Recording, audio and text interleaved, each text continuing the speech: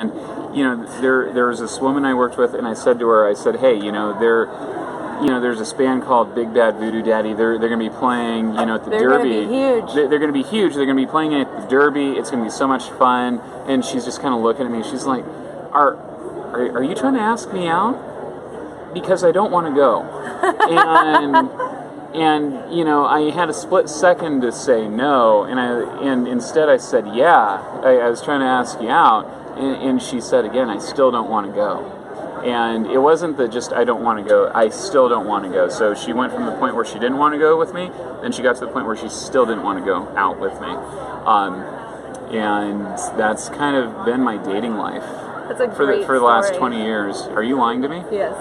Since we're here today, here at WordCamp Los Angeles, we've got this sparkling, shiny new camera over here, and a hookup where we don't need a microphone, we don't need anything. That's the setup. Jason Tucker behind the camera. So we're going to try this out, and we're going to talk to you about some things that are relevant to WordPress. Now, I know it's hard for us to keep on topic in general as humans. Us. I'm a human. But this is your first year here at WordCamp LA, not being an organizer or a volunteer. You are speaking. I'm speaking. No volunteering. No. You couldn't give it up completely. I couldn't give it up completely. I tried. Yeah. I tried. Yeah, cold turkey's not for you. Cold turkey is not for me. No, it's kind of it's been nice because I woke up on Friday. I woke up yesterday and I said, "Oh man, are there T-shirts I got to get?" And I'm trying to think of all the stuff I have to do. I'm like, I don't have to do anything. You don't have to bring anything. Am I allowed to cuss on this thing? Sure. No. Okay. We'll keep it clean, everybody. But yeah, I was like, I don't have to do anything. Yeah. More for the editing drama. Well, I don't have to do anything. That's all on Adam Silver and his team now. So I can just walk in there and start complaining about stuff and like like knocking every things other over. attendee. Yeah, and just like leaving trash all over the place, like just because I can. And you know what? You think you will? Well, I already have, and it has been everything I thought it would be. It's a real liberating feeling. Yeah, but it's kind of neat. So I'll tell you what I like about it, though, is... Tell me what you like about it, though. Well, I'm glad you asked me the question. Yeah. Because I'm going to tell you. When you work on something for a few years in a row, there's always, I think, a concern, is anyone else going to pick this up? Where's that going to go? Because I remember why we picked it up. What's my legacy?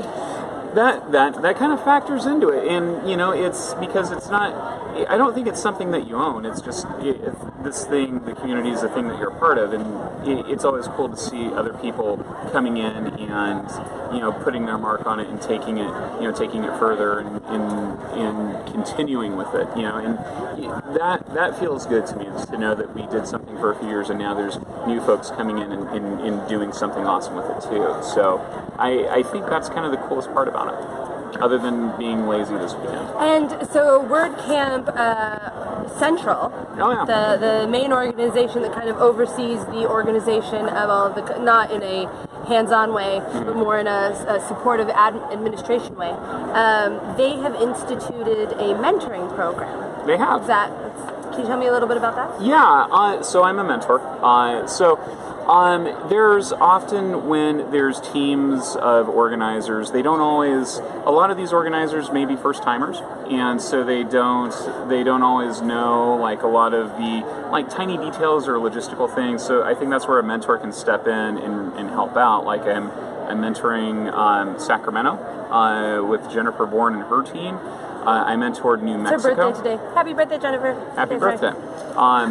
So I did New Mexico, and I am mentoring Phoenix right now. And Phoenix has been great because it's kind of they're the prime, Sacramento and Phoenix are kind of the prime groups, I think, who fall, they're new teams, and they just need that little bit of extra support, oh, how do I handle this? Or what if this happens? Do I have anything to worry about?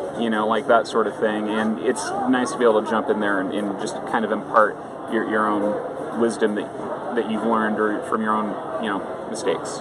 Do you go to the camps that you mentor?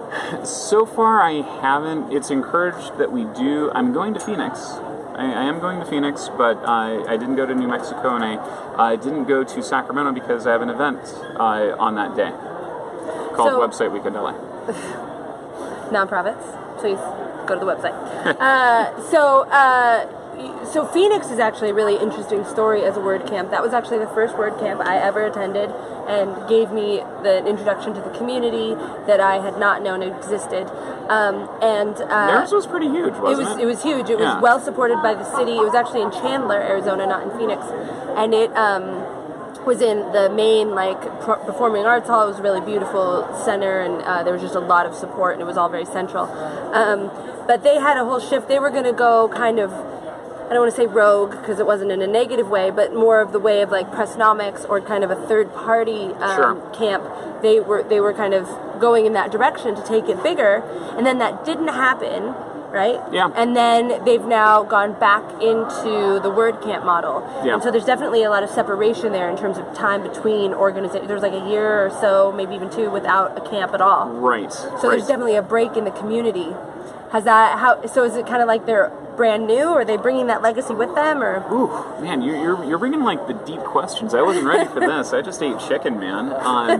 So here's my take on that. So yeah, there was a point where there was a number of WordCamps that were going to go, as you said, rogue. LA was one of them. Mm-hmm. And then Phoenix, and then I think Philadelphia was another that supposedly was going to go that model. It didn't end up happening. They took care of that with WordCamp US.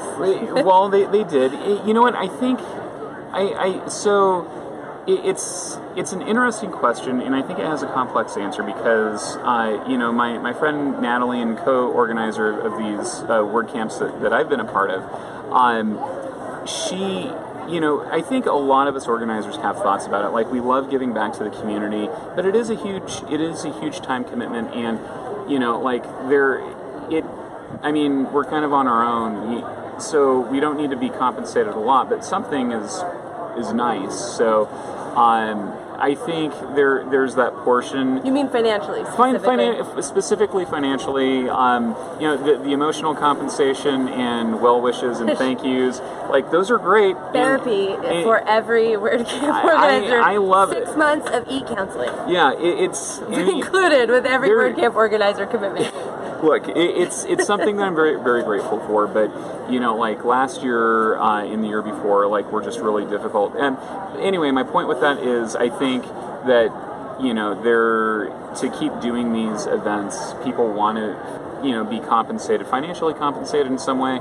I think organizers deserve it. It is a part-time job, and it for like 6 months. And the closer you get, the more time you put into it. Anyway, but so in Phoenix, you've got this new team coming in, and it's headed up by Justin Tucker out there, and he's got like a great. No relation to Jason. No relation to Jason, even though they looked, and I looked at them.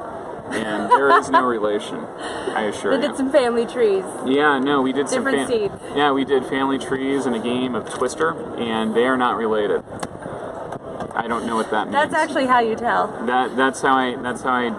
Yeah. Anyway, I'm gonna not say Phoenix, that thing. Organized by Justin Tucker. Yeah. So no, they're a great team, and I mean they've just done so much stuff in such a short amount of time. And that's the thing too, like, the team pulling together and just getting stuff done. So I think they're bringing, kind of from the old guard, they're the new guard, and I think they're just really, doing that traditional camp for their community, and it's something that I think everyone's going to enjoy, and that they're going to be really proud of it too. So, one more question on that line of thinking, since I have you here. Sure.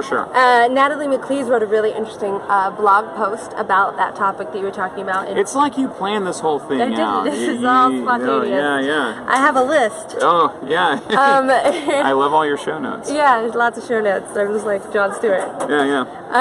So Natalie McLeese wrote a blog post about that topic, talking about the commitment and the time commitment and the emotional commitment, just the commitment in general that it takes to do that, to be an organizer, to be on the main organizing team. And she kind of offered, instead of maybe compensation, she kind of offered a call maybe to sanity, or to like kind of bring it back to these smaller camps that were less kind of trying to like outshine each other, and now you get more swag and more whatever, and really bring it back more to more of like an unconference, or more of like just a small gathering, a larger meetup even.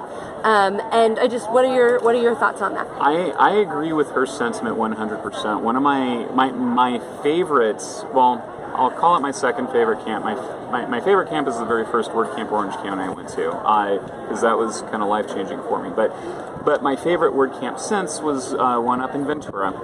There were probably less than 100 attendees, maybe like 8 or 9 speakers. It was such a small thing, and it was so neat because it just felt like we were all able to take time and really sit down and really enjoy everyone's company and really kind of get to learn too. And I think that the communities, or at least in Southern California, the communities